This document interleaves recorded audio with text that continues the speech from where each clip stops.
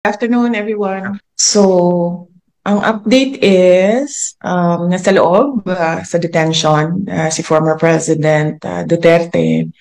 Meron siyang access ngayon sa kanya lawyer na confirm na ng ICC na ang lawyer niya ay si Nicholas Kaufman. At araw-araw sila nag-uusap ngayon. Araw-araw sila nag-uusap ng kung anong gagawin sa kaso. At almost every day, meron din akong oras sa pagbisita sa kanya. Ang pinag-uusapan naman namin ay una yung bayan, pangalawa yung pamilya, and pangatlo yung mga mensahe niya para sa ating mga kababayan. Ang susunod naman ay ang estado ni Attorney Bingbong Medialdea. Hindi ko lang kasi alam kung hanggang saan ang gusto niya sabihin sa publiko sa kanyang health concerns ngayon. Pero siya ay nasa hospital hanggang ngayon. Nakita naman natin yung kanyang pag-collapse doon sa ICC detention kahapon. So hanggang ngayon ay nasa hospital siya.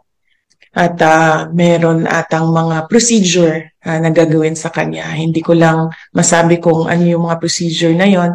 Siguro bagay na tanungin natin ang kanyang next of kin o ang kanyang asawa sa kung ano yung mga health concerns ngayon ni Attorney Medialdea. Pagdating naman kay Attorney Harry Roque, wala siya ngayon dito sa The Hague. Nandito siya sa Netherlands. Pero nandoon siya sa isang lugar sa labas ng The Hague para mag-file ng kanyang asylum documents. So wala akong update kung ano yung mga pangyayari doon sa kanyang pag-file ng asylum documents. Bagay siguro na mag-request tayo ng interview with Secretary Attorney Harry Roque kung anong estado ng kanyang pag-file ng asylum dito sa the Netherlands. Ang estado ng Office of the Vice President, patuloy po kung ano man yung naiwan na mga projects sa maliit namin na budget. Ngayong taon na ito ay tumutuloy po siya. Daily po ang communication namin ng aming USEC at ASEC ng Office of the Vice President. And ito po ngayon, ginagamit ko na laptop, kakakuha ko lang para makapagtrabaho ako sa mga office work na kailangan namin at gawin yung mga meetings na kailangan ko gawin sa trabaho ko dyan sa Office of the Vice President. Right, opo. I perfectly understand that. In fact, hindi ko naman din gusto talaga na magstay dito, no? Dahil ang mga anak ko, ang pamilya ko, ay nandyan sa Pilipinas at ang trabaho ko ay nandyan sa Pilipinas. Pero as Vice President, may duty din ako sa isang kababayan natin, isang Filipino citizen who is held against his will dito sa ICC Detention Center. So, huwag na natin isipin na tatay ko siya. Isipin na lang natin na Vice President ako at gumagawa ako ng paraan kung paano maibalik natin ang isang Filipino citizen sa ating bayan. At hindi ko nakakalimutan ang aking trabaho dyan sa Office of the Vice President. Araw-araw kami nag-uusap ng aking mga kasamahan. Iilan na lang naman po ang naiwan na projects dahil approximately 700 million yung budget namin dyan. At yung projects namin, karamihan ay magdedepende sa end of school year ng mga kabataan dahil nakatutok kami sa advokasya namin sa edukasyon. So ang preparations namin ay before magbukas ang bagong school year sa mga GIDA areas ng mga public schools natin. So, yes, multitasking ako. Nandito ako as Vice President, ginagawa ng paraan paano maibalik ang ating dating Pangulo sa ating bayan. Nagtatrabaho ako through our satellite offices, through our central office of the Vice President. Tuloy-tuloy ang serbisyo namin para sa bayan. At yes, wala po akong balak na tumira dito sa Netherlands. Hindi ko po gusto tumagal dito. Pero madami akong kailangan na sikasuhin. Trabaho dito, trabaho dyan sa Pilipinas. At alam ko kung paano magbalanse ng trabaho dahil ah, mas mahirap pa ang trabaho ng isang mayor sa sobrang dami ng issues and concerns ng isang lugar. So marunong na ako bumalanse. Are you going to join na po ba the rallies of the PDP laban coming forward pag bumalik po kayo dito sa Pilipinas? Yun lang po, ma'am. Unang-una, hindi ko pa, meron akong return ticket dahil sa April yon. Dahil kailangan kasi required siya bago ka makaalis ay meron kang return ticket. So meron akong return ticket sa April. Hindi ko alam kung hanggang kailan ako dito, sa totoo lang, dahil hindi pa nabuo yung legal team ni dating Pangulong Rodrigo Duterte. As Vice President, may obligasyon ako na buuin yung kanyang support group dito para merong tumutulong sa kanya na makalabas dyan sa ICC detention. Pangalawa, magkano ang gastos ng pamilya namin sa kaso ni Pangulong Rodrigo Duterte sa ICC. Sa ngayon ay wala kaming pinag-uusapan ng abogado, pero nagpahiwatig na ako sa kanya na kung pwedeng mag-apply ng legal aid dyan sa loob ng ICC. At patuloy naming pinag-uusapan ito.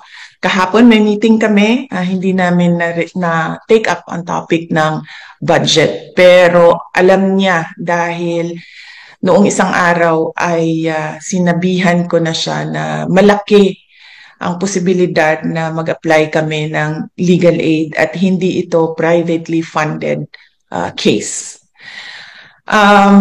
Ang pangatlo is kung sasali ba ako sa kampanya ng PDP, senator candidates at sa mga guest candidates nila. Palagay ko naman hindi na kailangan ako sumama sa kampanya nila dahil alam na ng taong bayan at alam na ng buong bansa na kailangan nila baguhin ang muka ng ating gobyerno at alam nila na kailangan nilang iboto 10 doon sa mga kandidato na yon. Unang-una, yung mga kandidato ng PDP, Senator Bongo, Senator Bato de la Rosa, Attorney Hinlo, Attorney Bondoc, Philip Salvador, and meron Vic Rodriguez, ma'am. Vic Rodriguez, ma'am. Vic Rodriguez is a guest candidate of PDP. So meron pa tayong isang PDP senator. And meron tayong 4 na guest candidate. Si Attorney Vic Rodriguez, si Congressman Rodante Marcoleta, si Pastor Apollo Kibuloy, and si Dr. Richard Mata. So, hindi ko yun nga siguro ang dahilan kung bakit inalis or ginawa ng extraordinary rendition ang dating Pangulo dahil mukhang magba-block voting ang buong Pilipinas sa 10 senador. Kailan po natin inaasahan na magbubuo po ang legal team ni dating Pangulong Duterte? Mamayang gabi may darating na isang abogado, no? So, kailangan ko siya kausapin, kailangan ko siya i-interview para maidagdag siya sa legal team. Hindi ko sila papangalanan dahil gusto ko protektahan ang kanilang privacy dahil baka mabombard sila ng kung ano-ano, no? Na mga tanong o mga tawag o mga lobbying ng mga iba't ibang grupo, iba't ibang tao. So, hindi ko papangalanan yung ibang miyembro ng legal team. Papangalanan ko lang ang lead counsel natin ay si Nicholas Kaufman. Sa tingin niyo po ba may pananagutan po ang AFP sa nangyari kay dating Pangulo? Sa tingin ko ba may pananagutan? Yes, of course. Sa tingin ko ba pananagutin sila? Base sa sagot ng Secretary of Department of National Defense ay mukhang wala. Hindi sila pananagutin, pero yes, sa tingin ko may pananagutan sila. Dahil ang military, ang protector of the states and national sovereignty. At dagdag pa doon, merong isang unit dyan sa loob ng Armed Forces of the Philippines, itong Presidential Security Command, o dating tawag natin ay Presidential Security Group, masikat sila sa pangalang PSG. Ang trabaho nila ay magprotekta ng mga dating Pangulo. Kung makikita nyo, ang mga security detail ng ating former President Estrada, former President Arroyo, ay mga miyembro at ni former President Duterte ay mga miyembro ng PSG. Dahil mandato nila na protektahan ang former heads of state because these are, kumbaga, icons ng ating bansa and they're very important individuals para sa isang bansa. The answers of Secretary of the Department of Justice kanina, I don't think they will make moves in taking back or bringing the former president home. So, hanapan na lang namin ng ibang paraan kung paano maiuwi ang ating dating Pangulo. And he expressed that already as well. Kasi sinabi niya na magme-mayor pa siya, magiging mayor pa siya. And he needs to go back home because he needs to serve the people of Davao City. Well, actually, oo. Yung buong bansa natin, we already lost a former president. So, late na tayo. Kaya nga, sinabi ko kanina, kung hindi ko lang maalala kung nasabi ko ba, pero ways forward na lang tayo. Unang-una, sino ang mananagot? But we don't expect na merong papanagutin. Pangalawa, anong gagawin natin as a country, as a nation, moving forward? May darating na eleksyon. Ano bang dapat natin gawin dyan? Ang gusto ng lahat, pagbabago. So, meron tayong option na 10 senador at meron pa tayong daming tanong sa nangyari sa ating budget sa ngayon. No? Public funds is expended in a constitutionally infirm document. So, ano bang gagawin ng bansa? Ituloy natin ang demand natin for transparency, accountability, peace and security para sa ating bayan. Ang sa akin lang din, no, na observation ba, noong nakaupo ako doon sa gallery ng ICC at nakikinig sa initial appearance ni Pangulong Duterte, a total of 43 cases. Nasaan na ang libo-libo na mga kaso na sinasabi ng ating mga complainants na crimes against humanity. 43 murder cases. Hindi ko dinidiscount yung 43 na sinasabi nila allegedly na namatay ha. Pero crimes against humanity is a serious accusation na lagi nilang paulit-ulit na sinasabi 6,000, 9,000, 10,000, 40,000, 50,000 ang mga namatay. And they cannot even come up with 100 names ng mga namatay ng supposed war on drugs, which amounts to crimes against humanity. Nagiging, alam mo, nahihiya ako as a Filipino citizen ngayon eh. Nagiging katatawanan tayo ng buong mundo na merong isang bansa na binibigay ang kanyang citizen sa isang foreign jurisdiction, foreign organization.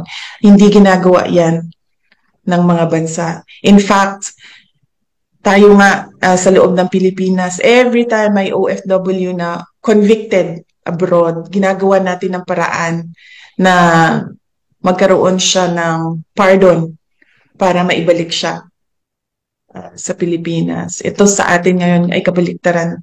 Akusado lang ng 43 cases, 43 counts of murder, ibinigay natin sa isang foreign jurisdiction without any legal basis at all. Nahihiya ako humarap sa buong mundo na ganito mag-isip ang ibang mga kasamahan natin dyan sa bayan, ibang mga Pilipino. Yung pamahalaan talaga natin ang naghatid na sa ating Pangulo doon sa dito sa The Hague, sa ICC. Mambalikan ko lang yung concern ng mga pamilya, family members ng mga victims. Nakita niyo po ba si Pangulong Duterte? Alam na namin, 'di ba, na nag-iimbestiga, nag-i-interview ng witnesses. Alam namin kung sino, alam namin kung saan, pero wala siyang ginawa. Talaga, pinabayaan niya because he was of the belief that as a Filipino citizen, the government will not cooperate once there is a formal investigation that will happen inside the Philippines or once there is a warrant of arrest. So wala talaga siyang ginawa sa mga witnesses, sa mga family members. Pangalawa, nakita nyo, kailangan siya itulak ng mga pulis para gumalaw. At kailangan siya itulak akyat ng eroplano. So, wala na siya physically magagawa sa mga family members at sa mga witnesses. Pwede ba siya mag-utos ng mga tao na, on my behalf, gawin ito, gawin niyo yan? Pwede siguro, pero hindi niya ginawa.